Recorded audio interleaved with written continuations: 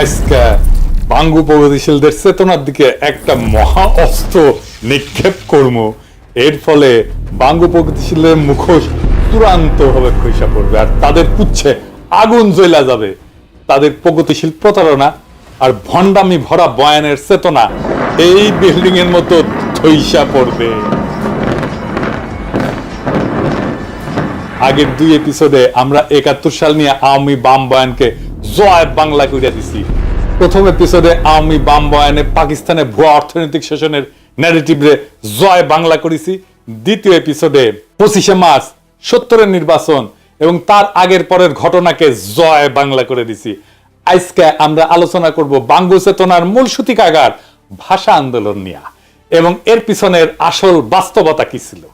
আপনারাও বুঝবেন 7 জন্মের জাউরা আওয়ামী লীগ এবং বামেরা বাংলাদেশিদেরকে কি রকম উজবুক বানাইছে এই 50-55 বছর। এই এপিসোডের শেষ পর্যন্ত দেখলে আপনারা নিজেরাই তাজ্জব হইয়া যাবেন। তাদের প্রতারণার ভণ্ডামি দেখা আজকে আমরা 52 চেতনার বয়ানকে পুরাপুরি ধূলিসাৎ কইরা জয় বাংলা কইরা দেব। এর সাথে ভারত, আওয়ামী লীগ এবং বাম বয়ান আর তার চেতনার একচ্ছত্র আধিপত্য চিরতরে এই দেশ থেকে লোপ পাবে। চলেন আল্লাহর নামে শুরু করা যাক। প্রথমেই দেখব কি আছে সেই আওয়ামী বাম বয়ান।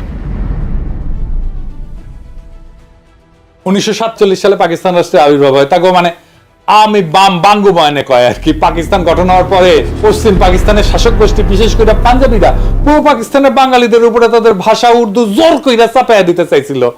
পাকিস্তান আন্দোলনের প্রধান নেতা পাকিস্তানের প্রথম গভর্নর জেনারেল কায়েদে আজম মোহাম্মদ আলী জিন্না ঢাকাতে এসে নাকি কইছিল Urdu and only Urdu shall be the state language of Pakistan. আর এটা শুনা নাকি সবাই না না করে চিক্কুর মাইরে উঠেছিল। আর তার মধ্যে ছিল নাকি সোহরাওয়ার্দীর বডিগার্ড। জিন্না এই বক্তৃতা দেয় 2 জায়গায়। 21শে মার্চ রমনা রেস করছে বিশাল জনসভায় এবং সেই বক্তব্য কোনো প্রতিবাদ হয় নাই, বরং উচ্ছ্বসিত হয়েছিল জনগণ। উনি কইছিলেন ইংরেজিতে কইছিলেন। কি কইছিলেন নিজেরাই শুনেন। Leave no doubt that the state language of Pakistan is going to be Urdu and no other language.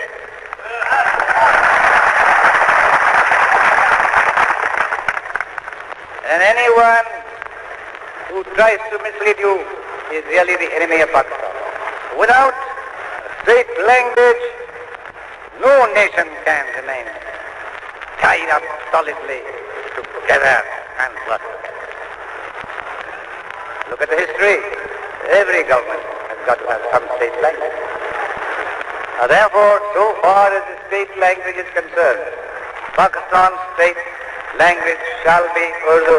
ইংরেজিতে কইছিলেন, এটা ঠিকই কইছিলেন বলে বাঙ্গু প্রগতিশীলদের ধরে নেওয়া উচিত ছিল, তাই না? বাংলা এটা ছিল এরকম। এই কথা আপনাদের খুব স্পষ্ট করে বলতে চাই, পাকিস্তানের রাষ্ট্রভাষা হবে উর্দু এবং অন্য কোনো ভাষা না। যে আপনাদের ভুল পথে চালানোর চেষ্টা করবে সে পাকিস্তানের শত্রু। কিন্তু আপনি এটা কোথাও দেখবেন না। 24শে মার্চ কার্জন হলে তিনি একই রকম কথা বলছিলেন। শোনা যায় এইখানে বাঙ্গু প্রগতিশীলরা না না কইরা উঠেছিল। এটা একটা সিনেমাটিক প্রচার আছে, কিন্তু কোনো অরিজিনাল ফুটেজ এখনো পর্যন্ত কেউ দেখে নাই। অবাক লাগে না আপনাদের? আসলে বক্তব্য দেওয়ার টাইমে না না করেছিল কিনা আমার সন্দেহ হয়, তাই সেটা দেখাতে পারতেছি না, তাই সিনেমা থেকে দেখাই। হ্যাঁ দেখেন। But the new nation of Pakistan will have one national language, Urdu. এখন বাঙ্গু প্রগতিশীলরা কি কয়, কেন উর্দুকে পাকিস্তানের রাষ্ট্রভাষা করতে চাইছিল? তারা বলে বাঙালিরা যেন চিরকাল পাঞ্জাবিদের অধীনে থাকে, এর ফলে নাকি তাদের শোষণ করতে সুবিধা হবে। পাকিস্তানের শোষণের বয়ান আগের ভিডিও জয় বাংলা করেছি না এটা। এছাড়া তা কয় যে এটা হলো চাকরি শিক্ষা সব জায়গায় বাঙালিরা পিছায় পড়বে। সবচেয়ে ভয়াবহ ব্যাপার যেটা হবে সেটা হইতেছে বাঙালিরা নাকি নিজেদের মাতৃভাষা ভুলে যাবে। সে ভাষায় কথা বলতে পারবে না, মায়ের কোলে বসে ছড়া শুনতে পারবে না। আর এই বয়ান নিয়ে বাঙ্গু প্রগতিশীলরা অনেকগুলো গান লিখেছে, তার মধ্যে অন্যতম বিখ্যাত গান হইতেছে ওরা আমার মুখের ভাষা কাইরা নিতে চায়, তারা কথায় কথায় শিকল পরায় মোদের হাতে পায়। কি অদ্ভুত একটা গান। প্রত্যেক 21শে ফেব্রুয়ারিতে বিভিন্ন জায়গায় স্কুল কলেজে সাংস্কৃতিক প্রোগ্রামে গান বাজানো হয়। এই গান হইতেছে প্রগতিশীলদের কাছে অনেকটা সোহরাওয়ার্দীর বডিগার্ডের 7ই মার্চের ভাষণের মতো। এই গান না বাজাইলে তাদের চেতনা পরিপূর্ণ হয় না। এবার আসেন এই গান আমরা বিশ্লেষণ করি, একে একে চোখে আঙুল দিয়ে দেখাই দিই। পুরা বাঙ্গু বয়ানকে জয় বাংলা করবো আজকে ইনশাল্লাহ। সবার প্রথমে যে কথা উঠে আসে সেটা হইলো ওরা আমার মুখের ভাষা কাইরা নিতে চায়।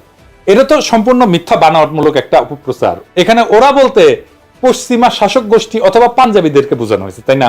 প্রথম পয়েন্ট হইতেছে কায়েদ আজম জিন্নাহ যে ঘোষণা দিছিলেন সেটা হইতেছে পাকিস্তানের সংবিধানে অফিসিয়াল ভাষা বা স্টেট ল্যাঙ্গুয়েজ কি হবে, রাষ্ট্রভাষা কি হবে, রাষ্ট্রভাষা কি হবে। কারণ মাতৃভাষা নিয়ে সেই ভাষণে কোনো আলোচনা হয় নাই, তাই না? মাতৃভাষার অফিসিয়াল ল্যাঙ্গুয়েজ দুইটা ভিন্ন জিনিস। জিন্নাহ এবং পাকিস্তানের আবির্ভাবে মুখ্য ভূমিকা পালনকারী দল মুসলিম লীগ উর্দুকে পাকিস্তানের অফিসিয়াল ল্যাঙ্গুয়েজ, স্টেট ল্যাঙ্গুয়েজ আর আন্তঃপ্রদেশ যোগাযোগকারী ভাষা, যেটাকে ইংরেজিতে লিঙ্গুয়া ফ্রাঙ্কা বলে, সেটা করার সিদ্ধান্ত নিয়েছিল। এবং এই সিদ্ধান্ত যখন না হয়েছিল তখন মুসলিম লীগ করে শেখ মুজিব নিজেও। কেন উর্দুকে লিঙ্গুয়া ফ্রাঙ্কা আর অফিসিয়াল ল্যাঙ্গুয়েজ করার সিদ্ধান্ত নেয় সে আলাপে পরে আসতেছি, তবে আগে দেখি অফিসিয়াল বা স্টেট ল্যাঙ্গুয়েজ কি। অফিসিয়াল ল্যাঙ্গুয়েজ হলো একটা রাষ্ট্রের সরকারি দপ্তরে, আদালতে যে নথিপত্র, কাগজ, রাষ্ট্রীয় আর্কাইভ, চিঠি লেখা আর সংরক্ষণ করা হয় সেইটাকে রাষ্ট্রের অফিসিয়াল বা স্টেট ল্যাঙ্গুয়েজ বলে। আর লিঙ্গুয়া ফ্রাঙ্কা কাকে বলে? লিঙ্গুয়া ফ্রাঙ্কা হইতেছে দেশের বিভিন্ন ভাষাভাষী মানুষের মধ্যে যোগাযোগের কমন মাধ্যম বা মিডিয়াম। একটা দেশে বিভিন্ন ভাষার মানুষ বাস করতে পারে, যেমন ধরেন সোভিয়েত ইউনিয়ন, বহু জাতি বাস করত, Russian, Ukrainian, Georgian, Armenian, Kazakh, Tajik, Bashkir, Turkmen, Latvian, এরকম 15টা ভাষা গোষ্ঠী ছিল, বড় বড় ভাষা গোষ্ঠী। এর প্রত্যেকটা এখন আলাদা আলাদা দেশ হয়ে গেছে এবং আরো শত শত ক্ষুদ্র ভাষা গোষ্ঠীর মানুষ ছিল সোভিয়েত ইউনিয়নে। তো এদের মধ্যে লিঙ্গুয়া ফ্রাঙ্কা ছিল রাশিয়ান, আর সোভিয়েত ইউনিয়নের অফিসিয়াল ভাষাও ছিল রাশিয়ান। তো বাঙ্গ প্রগতিশীলদের ভারত মাতা তো এক গাদা জাতিগোষ্ঠী আছে না, তো ভারত মাতার ব্যাপারে আসতেছি। কারণ আসল কথা হইতেছে অফিসিয়াল ল্যাঙ্গুয়েজের সাথে নিজের মাতৃভাষা, একটা এলাকার কথ্য ভাষা বিলুপ্ত হয়ে যাওয়ার কোনো সম্পর্কই নাই, থাকতে পারে না। এটা খুব অদ্ভুত এবং স্থূল একটা দাবি, নিতান্তই হাস্যকর। কিরকম হাস্যকর দেখবেন, আমাকে বাংলাদেশের উদাহরণ দিয়ে শুরু করি।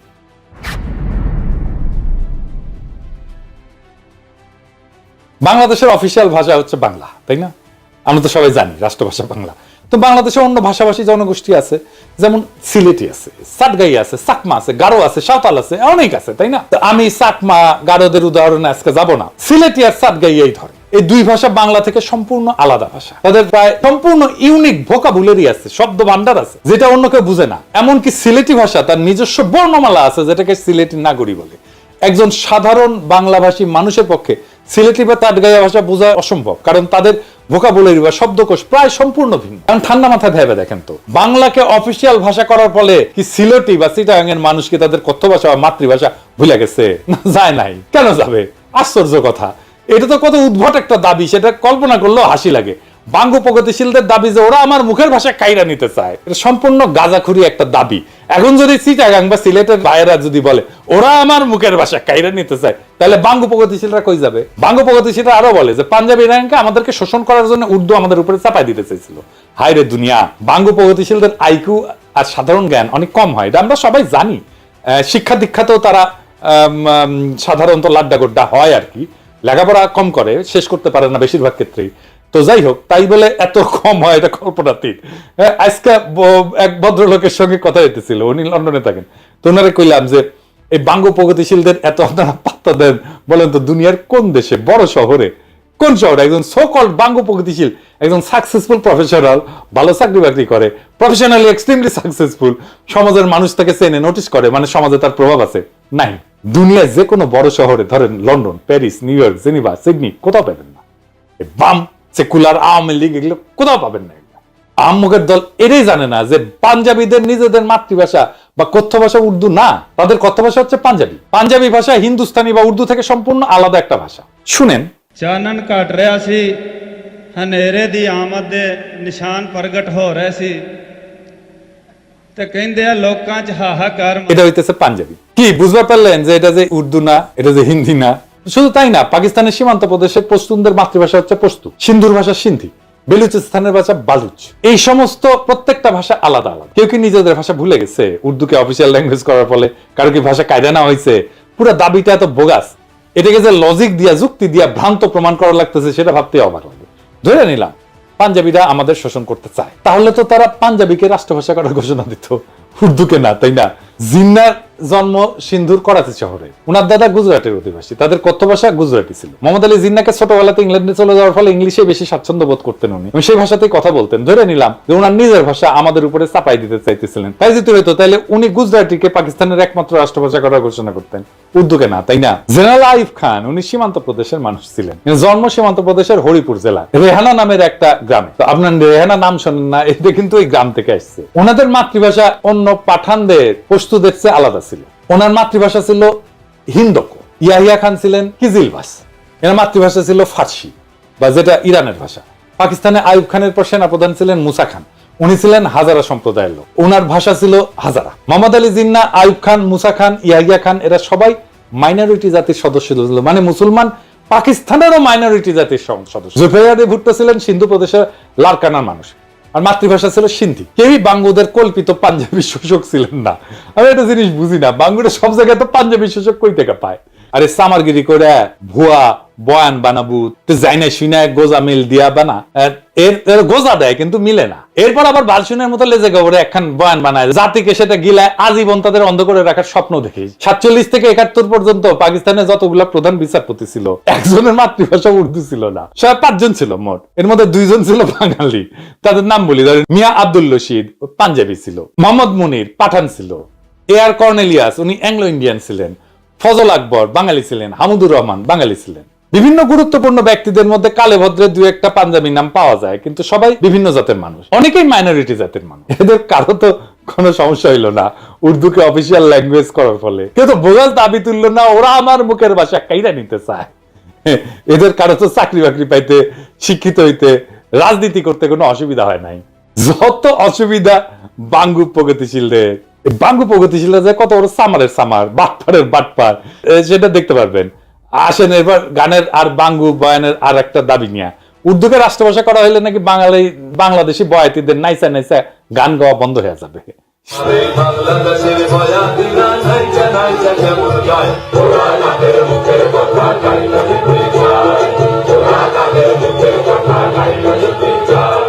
শুধু তাই না, সোহরাওয়ার্দীর বডিগার্ড তার বইতে কি লিখেছে, গায়ক আব্বাস উদ্দিন তারে কি কয় দেখেন।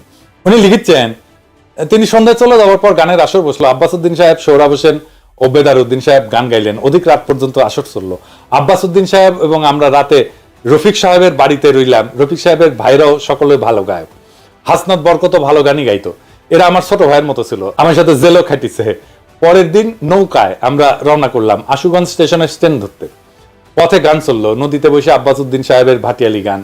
তাদের নিজের গলা না শুনলে জীবনের একটা দিক অপূর্ণ থেকে যেত। তিনি যখন আস্তে আস্তে গাইতেছিলেন তখন মনে হচ্ছিল নদীর ঢেউগুলোও যেন তার গান শুনতেছে। তারই শিষ্য সোহরাব হোসেন এবং বেদার উদ্দিন তার নাম কিছুটা রেখেছিলেন। আমি আব্বাস উদ্দিন সাহেবের একজন ভক্ত হয়ে পড়েছিলাম। তিনি আমাকে বলছিলেন, মুজিব, বাংলা ভাষার বিরুদ্ধে বিরাট ষড়যন্ত্র চলতেছে। বাংলা রাষ্ট্রভাষা না হলে বাংলার কৃষ্টি সভ্যতা সব শেষ হয়ে যাবে। আজ যে গানকে তুমি ভালোবাসো এর মাধুর্য মর্যাদা নষ্ট হয়ে যাবে। যা কিছু হোক, বাংলাকে রাষ্ট্রভাষা করতেই হবে।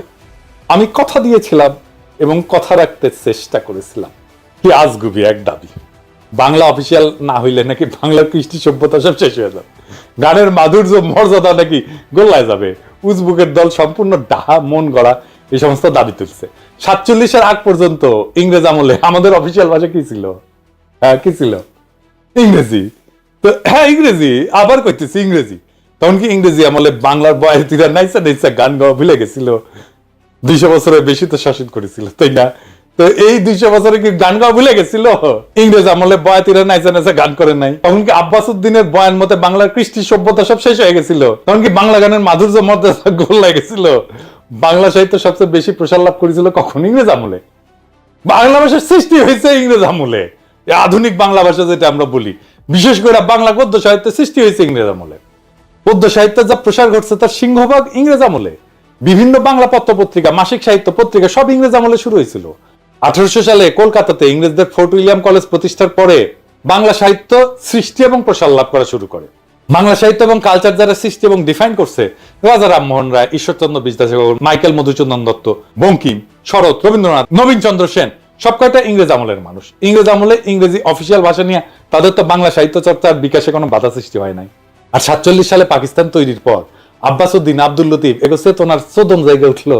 47-এর আগে আব্বাসউদ্দিন লতিফেরা গান করে নাই, ওদের কাছে গানের মাধুর্য তখন গোল্লায় যায় নাই। পাকিস্তান উর্দুকে অফিসিয়াল ভাষা করতে গেল, চেতনা জায়গায় উঠলো। উর্দুর ইতিহাস নিয়ে একটু পরে আসতেছি। এদের দাবি যে কত শয়তানি আর ষড়যন্ত্র ভরা, সেটা আস্তে আস্তে টের পাবেন। মুঘল আমলে মুঘলদের রাজ দরবার এবং সুবা এবং প্রদেশগুলোতে অফিসিয়াল ভাষা ছিল ফার্সি। মুঘলদের যাবতীয় ডকুমেন্ট, পরোয়ানা, ইতিহাস সবকিছুই ফার্সিতে রচিত হইত। সিরাজউদ্দৌলা, আলীবর্দী, মুর্শিদ কুলি খান এদের আমলে যাবতীয় হুকুম, পরোয়ানা ফার্সি শিকস্তা স্টাইলে লেখা হইতো। এই যে দেখেন, এটা শিকস্তা ক্যালিগ্রাফি স্ক্রিপ্টের একটা উদাহরণ। পলাশী যুদ্ধের পর ইংরেজরা প্রথম 80 বছর, মানে 1757 থেকে শুরু করে 1837 সাল পর্যন্ত মুঘলদের ফার্সিকে অফিসিয়াল ভাষা হিসেবে বহাল রাখে। সেই সময় তাদের যাবতীয় অফিসিয়াল ডকুমেন্ট, খাজনার হিসাব ইত্যাদি ফার্সিতেই লেখা হইতো। ইংরেজ সাহেবদের বিভিন্ন চিঠি, আদেশ, পরোয়ানা ইত্যাদি তাদের দেশীয় সেক্রেটারিরা ফার্সিতে লিখে কম্পোজ করে দিত। এই সেক্রেটারিদেরকে বলা হইতো মুন্সি। মুন্সি, হ্যাঁ, প্রচুর হিন্দু ইংরেজি এবং ফার্সি ভাষা শিখে এই মুন্সির কাজ করত। তাদের টাইটেল ছিল মুন্সি। আমাদের গৌতম দাস দাদা আছেন না, আপনারা পছন্দ করেন খুব, আসল নাম হইতেছে গৌতম দাস মুন্সি। উনার ছোট ভাই বিশ্বজিৎ দাস মুন্সি, উনি লেখেন মুন্সি বিশ্বজিৎ। এবার বুঝেছেন তো? 1837 সালে লর্ড অকল্যান্ড ব্রিটিশ ইন্ডিয়ার অফিসিয়াল ল্যাঙ্গুয়েজ ফার্সি থেকে ইংরেজি আর উর্দুতে বদল করে। জিয়া, দুইটা অফিসিয়াল ল্যাঙ্গুয়েজ ছিল, ইংরেজি আর উর্দু। ইংরেজ আমলে 1837 সাল থেকে ব্রিটিশ ভারতে ইংরেজির পাশাপাশি উর্দু ছিল অফিসিয়াল ভাষা। 47 সাল পর্যন্ত এই সিস্টেম বহাল থাকে। ইংরেজ অফিসাররা ব্রিটিশ ইন্ডিয়ান আর্মিতে তাদের নেটিভ সোলজারদের সাথে কি ভাষায় কথা বলতো শুনবেন? উর্দুতে। মহারানী ভিক্টোরিয়া তার হিন্দুস্তানি ব্যক্তিগত খাদেম মুন্সি আব্দুল করিমের কাছ থেকে উর্দু ভাষা শিখছিলেন। শুধু তাই না, মহারানী ভিক্টোরিয়া তার নিজের ডায়েরি ইংরেজির পাশাপাশি উর্দুতেও লিখতেন। ওনার ডায়েরির 13 ভলিউম উনি উর্দুতে লিখছেন নিজের হাতে। এটা নিয়ে একটা সিনেমা হয়েছে হলিউডে, মহারানী ভিক্টোরিয়া তার হিন্দুস্তানি খাদেম মুন্সি আব্দুল করিমকে নিয়ে। সিনেমার নাম হইতেছে ভিক্টোরিয়া অ্যান্ড আব্দুল। 2017 সালে এটা মুক্তি পাইছে। তো মহারানী ভিক্টোরিয়ার চরিত্রে অভিনয় করছেন জুডি ভেন্স, আর আলী ফজল অভিনয় করছে আব্দুল করিম চরিত্রে। কাজেই ইংরেজ আমলে 47 পর্যন্ত রবীন্দ্রনাথ, শরৎ, বঙ্কিম, ঈশ্বরচন্দ্র এরা সাহিত্য চর্চা করতে পারবে, কাব্য রচনা করতে পারবে, মাসিক পত্রিকা বের করতে পারবে, বাংলাদেশের বয়াতিরা নাইচা নাইচা গান গাইতে পারবে, তাতে কোনো অসঙ্গতি নাই। কিন্তু 47 সালে পাকিস্তান হওয়ার পর পাকিস্তানের অফিসিয়াল ভাষা উর্দু করতে গেলে বাঙ্গ প্রগতিশীলদের পাছায় আগুন ধরে গেল। এবার গানের অন্য অংশে আসি।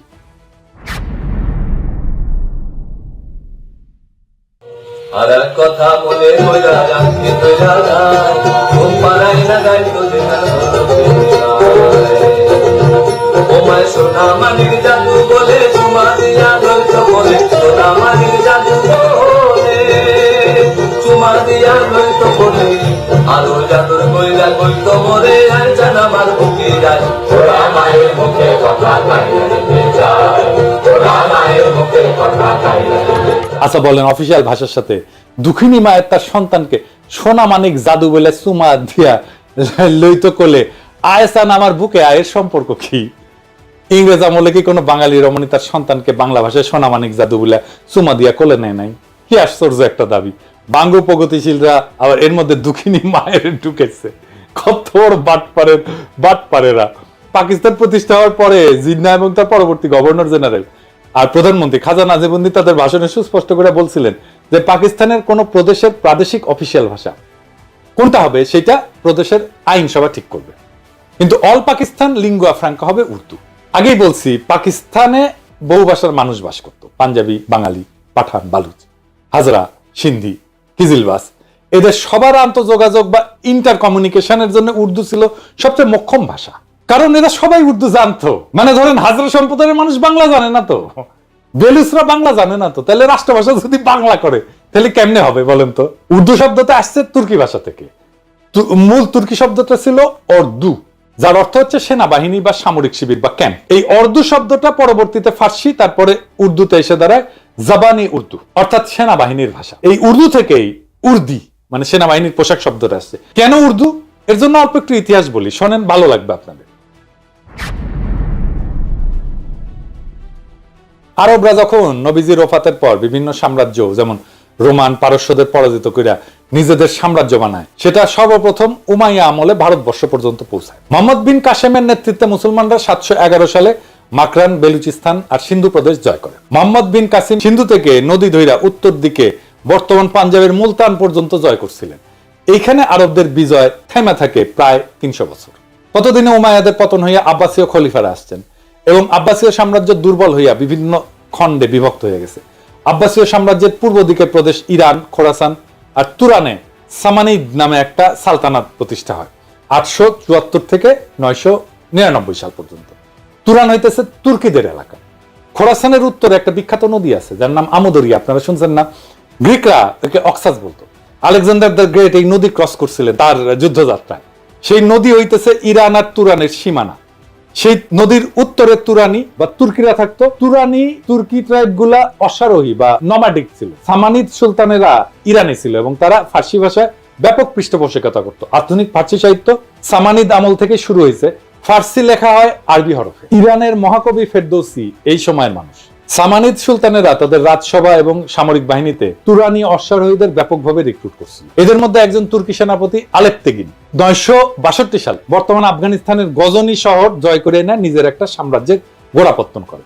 এই আলেপ্তেগিনের নাতি বা দৌহিত্র হচ্ছে গজনির বিখ্যাত সুলতান মাহমুদ, যিনি অশ্বারোহী তুর্কি বাহিনী নিয়ে ভারতবর্ষের পাঞ্জাব বিজয় করে তার সাম্রাজ্য যোগ করে। এর ফলে আরবদের বেলুচিস্তান এবং সিন্ধু বিজয়ের প্রায় 300 বছর পর মুসলমানরা বর্তমান সীমান্ত প্রদেশ পাঞ্জাব বিজয় করে। সুলতান মাহমুদ এবং পার্শ্ববর্তী গজনী সুলতানেরা তুর্কি হওয়া সত্ত্বেও তারা সামানিদ সুলতানদের অনুসরণে ফার্সিকেই নিজেদের অফিসিয়াল ভাষা হিসেবে ব্যবহার করতেন। সুলতান মাহমুদ মহাকবি ফেরদৌসিকে নিয়ে পারস্যের মহাকাব্য শাহনামা রচনা করছিলেন। আপনারা জানেন না যে বিখ্যাত শাহনামা? তো গজনীর এই সালতানাত 1186 সাল পর্যন্ত ছিল।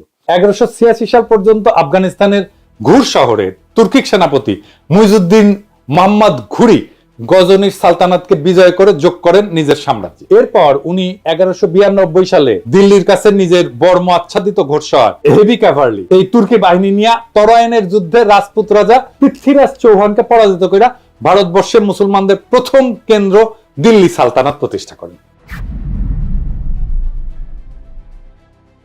এই সময়ে দিল্লি সালতানাতে তুর্কি, আফগান, ইরানি এই সমস্ত মুসলিম জাতি সেনা হিসেবে দলে দলে যোগ দেয়, কিন্তু তারা অফিসিয়াল ভাষা হিসেবে তাদের আগের গজনীর সুলতান মাহমুদ এবং সামানিদদের অনুসরণে ফার্সিকেই বহাল রাখে। ভারতবর্ষে মুসলিম শাসনের সূচনা হয় দিল্লি সালতানাতের মধ্য দিয়ে। এরপরে আস্তে আস্তে মুঘল বাদশাহ আওরঙ্গজেবের সময় প্রায় পুরো ভারতবর্ষ মুঘলদের অধীনে আসে।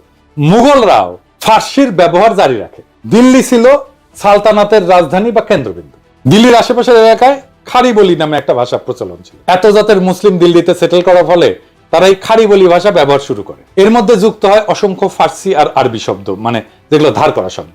আমাদের বাংলাতে অসংখ্য ধার করা শব্দ আছে। খারবলি আর ফার্সি এই দুইটা মিলে তৈরি হয় উর্দু ভাষা। একে হিন্দুস্তানি ভাষাও বলা হয়, কারণ এটার উৎপত্তি হিন্দুস্তানে দিল্লি সালতানাতের সময়। দিল্লি সালতানাতের আমলে 1300 শতকে বিখ্যাত কবি আমির খসরু, যাকে ভারতের তোতাপাখি বলা হয়, উনি এই উর্দু ভাষায় সাহিত্য রচনা করেন এবং তাকে উর্দু সাহিত্যের জনক বলা হয়। এই উর্দু ভাষাকে ফার্সি আরবি হরফেই লেখা হতো স্বাভাবিকভাবেই, কারণ যারা শিক্ষিত, যারা এই সাহিত্য রচনা করতেন, তারা অলরেডি সেই হরফের রাষ্ট্রীয় কাজে ফার্সিতে ব্যবহার করতেন। এখন হিন্দুস্তানে বিভিন্ন জাতের মুসলমানদের সমাগম ঘটে। ইরানি, তুরানি, আফগান, পাঠান, তাজিক, উজবেক, হাজরা ইত্যাদি। ভারতবর্ষের মুসলমানদের সেনা সামরিতে এরকম অনেক জাতের ঘোড়সওয়ার সৈন্য সেনাপতির সমাগম হইতো। তারা এই হিন্দুস্তানি ভাষায় নিজেদের মধ্যে কমিউনিকেশন করতেন। এই জন্য এই ভাষার নাম হয়েছে উর্দু বা ক্যাম। বোঝা গেছে?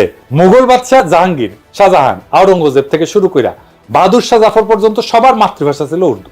শেষ বাদশাহ বাহাদুর শাহ জাফর উর্দুতে একজন উৎকৃষ্ট কবিও ছিলেন। মুসলমানরা যখন ডেকান বা হিন্দুস্তানের দক্ষিণে নর্মদা নদীর বিন্ধ্য পর্বতমালার দক্ষিণে নিজেদের সালতানাত এক্সপ্যান্ড করে, সেই ডেক্কানেও মুসলমানরা লিঙ্গুয়া ফ্রাঙ্কা হিসেবে উর্দু ব্যবহার করে।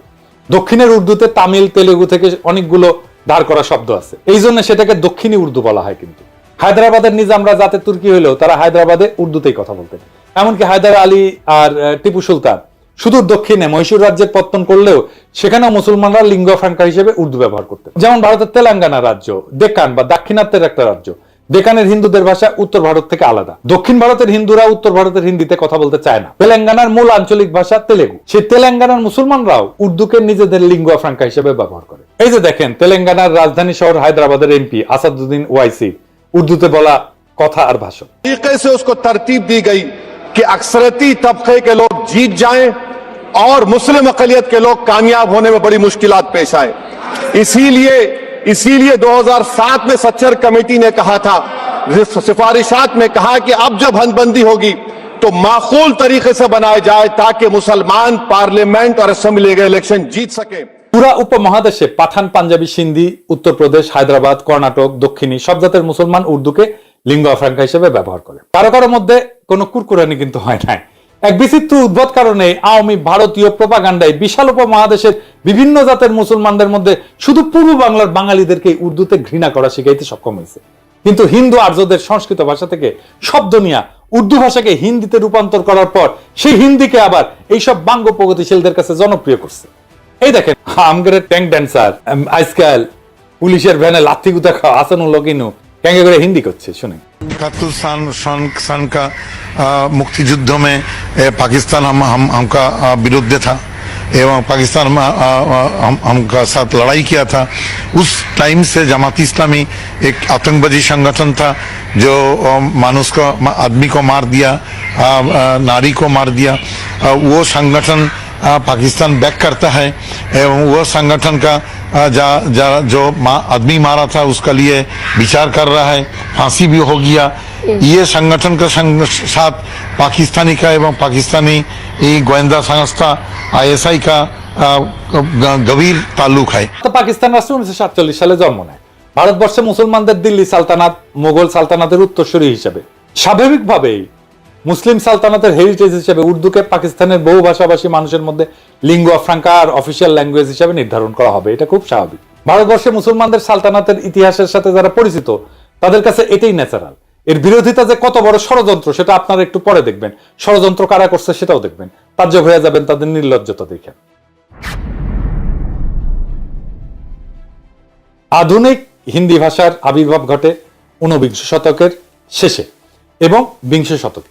অনেক হিন্দু উর্দু ভাষার কিছু ফার্সি আরবি ভোকাবুলারি আর ফার্সি হরফে নারাজ হয়। তারা এজিটেশন শুরু করে, উর্দু বা হিন্দুস্তানি ভাষাকে দেবনাগরী হরফে লেখার জন্য ভোকাবুলারিতে আরবি ফার্সির বদলে সংস্কৃত থেকে ধার করা শব্দ নিয়ে রিপ্লেস করা শুরু করে। এই ভাষার নাম দেওয়া হয় হিন্দি। এর ফলে আধুনিক হিন্দি ভাষার আবির্ভাব ঘটে। হিন্দু ভারতে শুধুমাত্র হিন্দিকে এই লিঙ্গুয়া ফ্রাঙ্কা বা অনলি ন্যাশনাল ল্যাঙ্গুয়েজ হিসেবে কেন্দ্রে অফিসিয়াল ল্যাঙ্গুয়েজ হিসেবে গণ্য করা হয়। ভারতের রাজ্য পর্যায়ে বিভিন্ন ভাষা ওই রাজ্যে অফিসিয়াল কাজে ব্যবহার করা হয়। পাকিস্তানে যে প্রস্তাব জিন্না করছিল এবং খাজা নাজিমুদ্দিন উভয় দিছিলেন, আগেই বলছি আপনাদেরকে, এটা আমার কথা না, এক এক করে আপনাদের রেফারেন্স দেখাচ্ছি। ভারতের সংবিধানে আর্টিকেল 343 দেখেন, স্পষ্ট ভাষায় লেখা আছে official language of the union shall be Hindi in Devanagari script. সাথে কিছুদিনের জন্য ইংরেজিকে রাখছে যতদিন না মানুষ হিন্দি শেখে। সারা ভারতে সেটা প্রচলিত হয়। এরপর ভারতের সুপ্রিম কোর্টের এই রায় দেখেন, ভারতের সুপ্রিম কোর্ট হিন্দিকে ন্যাশনাল ল্যাঙ্গুয়েজ হিসেবে রায় দিছে। রায় বলা আছে এইটা ইংরেজি যেহেতু কইছে ঠিকই কইছে, এটা বাংলায় করলে হয়। ভারত অনেক রকম মানুষের দেশ, এখানে হিন্দি জাতীয় ভাষা। তাই আশা করা হয় যে যেসব সাক্ষীকে আবেদনকারী মানে উত্তরপ্রদেশের ট্রাইব্যুনালে নিয়ে আসবেন তারা হিন্দিতে কথা বলতে পারবেন এবং নিজেদের কথা বুঝিয়ে বলতে পারবেন। এরপর সংবিধানের 351 আর্টিকেল দেখেন, স্পষ্টভাবে লেখা আছে ভারতের কেন্দ্রের দায়িত্ব হচ্ছে হিন্দি ভাষার প্রসার ঘটানো, সাথে হিন্দি ভোকাবুলারি ক্রমান্বয়ে সংস্কৃত থেকে ধার করা শব্দ দিয়ে প্রতিস্থাপন করা। কই, ভারতের পশ্চিমবঙ্গে তো বাঙালি বাস করে। বাংলা সাহিত্য, কালচার, সংস্কৃতি বলতে যা বুঝি সেটার গোড়াপত্তন তো ঘটে পশ্চিমবঙ্গের হিন্দু ভদ্রলোক, ব্রাহ্মণ, কায়স্থ, বৈদ্য এদের হাতে। তারটা একটা টু শব্দ পর্যন্ত করলো না যে ভারতে তাদের মুখের ভাষা কাইরা নিতে হইতেছে। তাদের দুঃখিনী মায়ের কি হবে, সোনা মানিক বলে আর বুকে টাইনা নিতে পারবে না। হিন্দিকে ভারতের কেন্দ্রে অফিসিয়াল ল্যাঙ্গুয়েজ করার ফলে কি তারা বাংলা ভুলে গেছে? এখনই কি আপনারা বুঝতেছেন না পূর্ব বাংলার কৃষিজীবী মুসলমানদের বলদ আর উজবুক পেয়া কত বড় খেলা খেলছে ভারতীয় শহর আর তাদের দোসরেরা? এবার দেখেন আরো খেলা আপনাদের কিভাবে বলদা পাইয়া খেলছে, একটু দেখায়। বাঙ্গু প্রগতিশীলরা রবীন্দ্রনাথ কইতে কইতে অজ্ঞান হয়ে ক্যাট হয়ে পড়ে যায়। এই যে কয়েকদিন আগে সঞ্জিতা খাতুন মারা গেল, তার লাশের পাশে রবীন্দ্রসঙ্গীত গাইলো, ভিডিও দেখেন।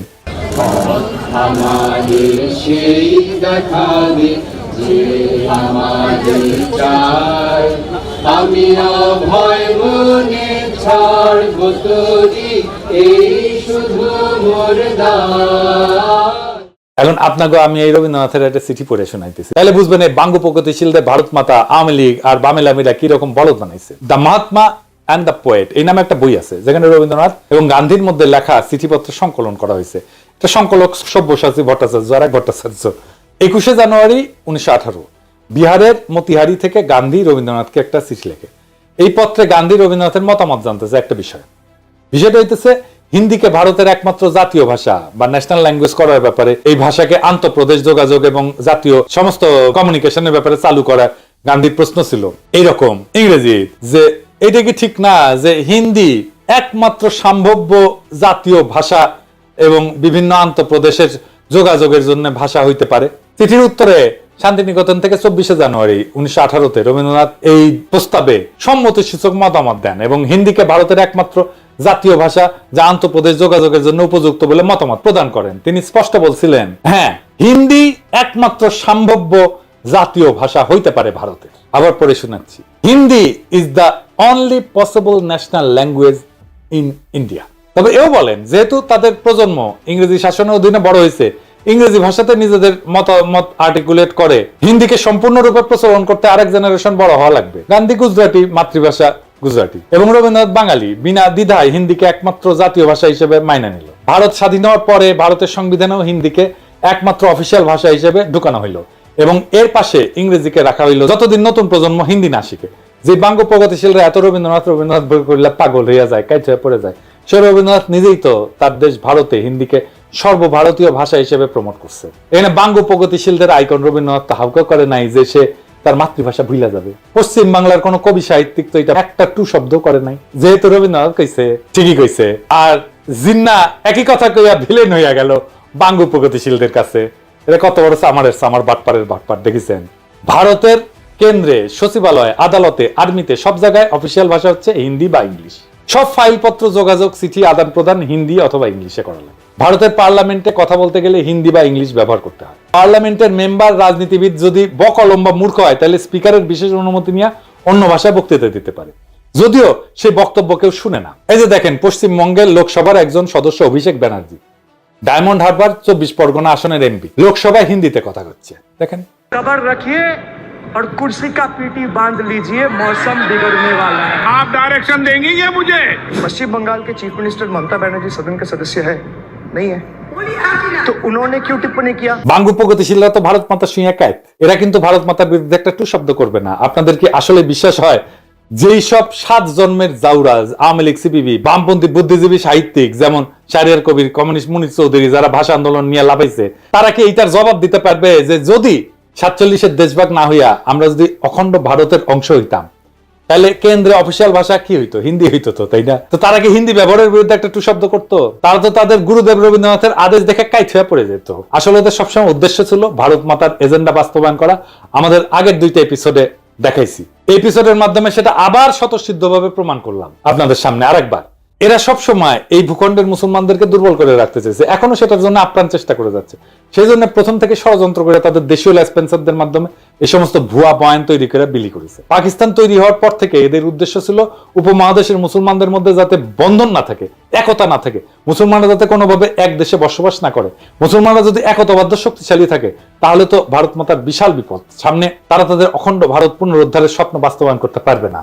এই জন্যই ভারত নিজে হিন্দিকে নিজের অফিসিয়াল ল্যাঙ্গুয়েজ বানায় পূর্ব বাংলার মুসলমানদেরকে উজবুক বানাইছে তাদের দেশীয় দোসরের মাধ্যমে।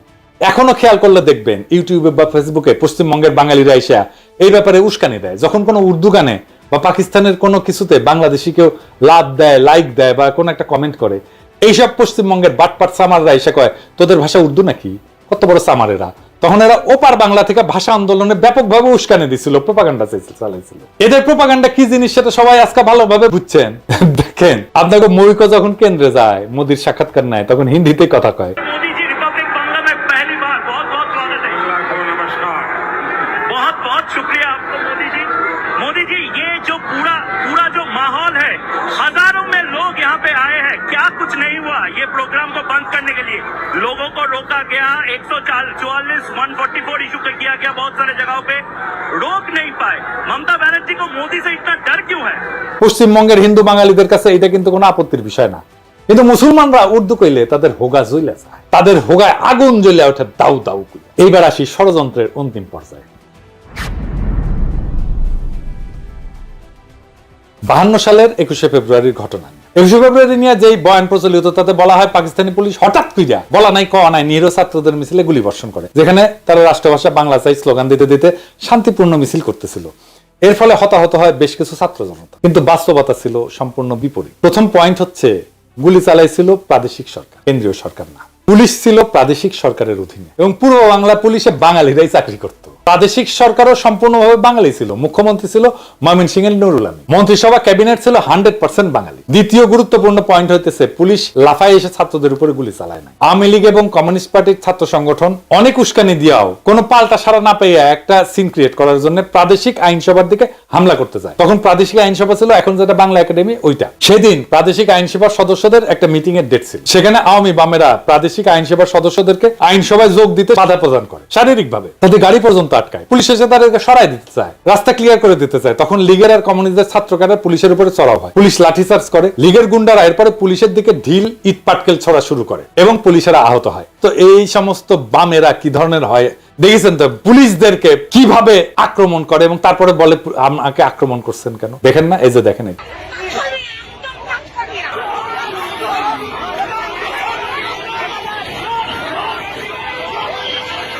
তখনকার পুলিশ তো আজকালকার মতো বডি আর্মার, হেলমেট টেলমেট এগুলো ছিল না। পুলিশ খালি হাফ প্যান্ট পরতো, শার্ট আর একটা ক্যাপ পরে থাকে। এই অবস্থায় যদি ইট পুলিশের কপালে লাগে তাই তো মারাত্মক ব্যাপার। এই অবস্থায় পুলিশ পরিস্থিতি নিয়ন্ত্রণে প্রথমে টিয়ার গ্যাস ছড়ে, এরপর পরিস্থিতি আরো অবনতি ঘটে, লীগ আর বামেরা আরো চড়াও হয়। এইভাবে পরিস্থিতি অবনতি ঘটতে থাকলে পুলিশ সর্বশেষে গুলি চালায়। এই গোলাগুলিতে 4 থেকে 5 জনের মতো নিহত হয়। এই ঘটনা আসল বিবরণ প্রখ্যাত সাহিত্যিক, সাংবাদিক, সেই সময়ে সবচেয়ে বড় পত্রিকা দৈনিক আজাদের সম্পাদক আবুল কালাম শামসুদ্দিনের আত্মজীবনী অতীত দিনের স্মৃতিতে আছে। এই ঘটনাকে বিকৃত করে লীগ আর বামেরা কি অপপ্রচার চালাইছে সেটা আপনারা এখন কল্পনা করেন। আমি আবুল কালাম শামসুদ্দিনের বই থেকে একটু পড়ে শুনি। অবস্থা চরমে উঠল 1952 সালের 21 ফেব্রুয়ারি মোতাবেক 1357 সালের 8ই ফাল্গুন তারিখে। সেদিন ঢাকার স্কুল কলেজগুলিতে হরতাল ঘোষণা করা হয়েছিল এবং এক বিরাট ছাত্র মিছিল আইন পরিষদ ভবনের সম্মুখে যাওয়ার চেষ্টা করেছিল 144 ধারার নিষেধাজ্ঞা অমান্য করে। শোনা যায় পরিষদের অধিবেশনে যোগদানের উদ্দেশ্যে গমনকারী কয়েকজন মোটরাহি পরিষদ সদস্যকে নাকি ছাত্র মিছিলের তরফ থেকে পথে আটকাবার চেষ্টা করা হয়েছিল। এতেই গোলমাল পেকে ওঠে। পুলিশ বাধা দিতে চেষ্টা করে, ছাত্র মিছিলের উপরে পুলিশ নাকি লাঠিচার্জ করে এবং কিছু সংখ্যক বিক্ষোভকারীকে গ্রেপ্তারও করা হয়। ফলে উত্তেজনা আরো বৃদ্ধি পায় এবং জনতার পক্ষ থেকে নাকি পুলিশের উদ্দেশ্যে ঢিল ইত্যাদি ছোড়া হয়। ক্রমে অবস্থা একরূপ আয়ত্তের বাইরে চলে যায়। পুলিশ প্রথমে কাঁদনে গ্যাস এবং পরে বেপরোয়া গুলি বর্ষণ শুরু করে। ফলে জনতার বেশ কিছু সংখ্যক লোক হতাহত হয়। হতাহতের সংখ্যা কি ছিল এবং তাদের মধ্যে ছাত্রই বা কতজন ছিল সে সম্পর্কে নানা ধরনের কথা শোনা গিয়েছিল। সঠিক হিসাব যে কারণেই হোক পাওয়া যায় নাই, পাওয়ার উপায় ছিল না। এই পুরো এপিসোড শোনার পরে এখন আপনারা ঠিক করেন, আপনারা কি ভারতীয় আধিপত্যবাদ নামের বৃক্ষের প্রথম শিকড় ছিল শহীদ মিনার, এটা বুঝতে পারছেন? আওয়ামী লীগের তৈরি করা হুজুগে আবেগ বাদ দিলে শহীদ মিনার এবং এই সংক্রান্ত পুরো ন্যারেটিভ হচ্ছে ভারতীয় চক্রান্তের কাছে আমাদের পরাজয়ের সর্বপ্রথম ঘটনা। এটাকে সেলিব্রেট করা আর পলাশী যুদ্ধের লর্ড টাইপের বিজয়কে সেলিব্রেট করা একই কথা। প্রিয় দর্শক, এতক্ষণ যা শুনলেন তা শুধু ইতিহাস না, এটা একটা চেতনার ময়ূরপুচ্ছ ছিঁড়ে ফেলার রক্তাক্ত ঘোষণাপত্র। বহুদিন ধরে আমরা ভাবছি 21 ফেব্রুয়ারি মানেই ভাষার জন্য আত্মাহুতি, কিন্তু কে লিখছিল সেই নাটকের চিত্রনাট্য, কে বসে বসে বানাইছিল সেই ট্র্যাজেডির আবহ? এটা কি মাতৃভাষার বিজয় ছিল, না এটা ছিল একটা সুচারু প্রতারণা? ভারতের প্রথম পেরেক ঠোকা আমাদের ভূখণ্ডের আত্মপরিচয়, আমাদের ঐতিহ্যে, আমাদের আত্মমর্যাদায়। ভাষার নামে চলা ষড়যন্ত্রের নোংরা স্ক্রিপ্ট আমরা আজকে ছিঁড়ে ছিঁড়ে ফেলে দিচ্ছি। আমরা সেই প্রজন্ম যারা আর হুজুগে শহীদ মিনারে খালি পায়ে শুধু গানই করতে যাব না, আমরা প্রশ্ন করব। আমরা সেই প্রজন্ম যারা জানে রাষ্ট্রভাষা আর মাতৃভাষার পার্থক্য কোথায়। আমরা সেই প্রজন্ম যারা ইতিহাসের ভাঙা পাথর গুড়ায় নতুন সত্যের মিনার গড়তে চায়। আজকে আমরা ঘোষণা করতেছি, চেতনার নামে চালানো ভারতীয় আধিপত্যের অপপ্রচার আর চলবে না। এই ইতিহাস যারা জানে না তারা আবেগে ভাসে, আর যারা জানে তারা বিদ্রোহে দাঁড়ায়। এটাই শেষ কথা। আজ চেতনার বেদীতে শ্রদ্ধা নয়, আত্ম অনুসন্ধান চাই। ইনকিলাব জিন্দাবাদ।